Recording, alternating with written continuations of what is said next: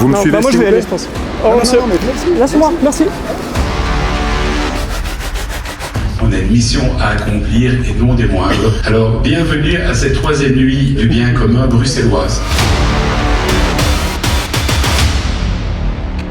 On a appris que Philippe Claus avait dit que Bruxelles c'était une ville antifasciste. Bruxelles s'est autoproclamée ville antifasciste. Ça complète ce qu'on a fait en 2023, qui était d'avoir un vrai programme de lutte contre le racisme. Et avec tout ce qui se passe, on s'est dit qu'en fait le plus simple c'était de l'écouter. On est clairement pour se positionner comme ville antifasciste. Du coup, quand on a vu qu'il y avait une du bien commun qui passait à Bruxelles, on s'est dit on va y aller et on va pas les laisser faire. Pour souligner aussi la tradition de cette capitale, qui a toujours été en résistance.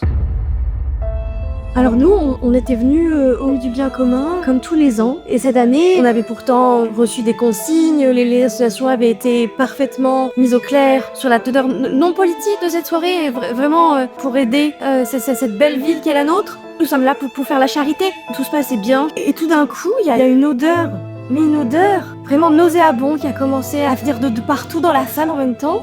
On a vraiment été incapables de rester, quoi. Comment voulez-vous que nous continuions à donner notre argent, à apporter la richesse et la foison à ces associations qui n'attendent que nous, finalement, qui ont besoin de nous. Alors, avec mon mari, on a décidé de partir parce que c'était vraiment intenable. D'ici là, derrière notre ami Philippe Claus, à l'avant-garde de l'antifascisme, continuons à se beler, diminuer, empêcher, emplantir, dynamiter tous les événements et chaque seconde de la vie des fascistes qui s'organisent à Bruxelles et ailleurs. Continuons à nous organiser dans les brèches de ce monde et à y tisser nos solidarités populaires. Déclarer antifasciste, à l'heure d'aujourd'hui, ça n'est pas un acte anodin.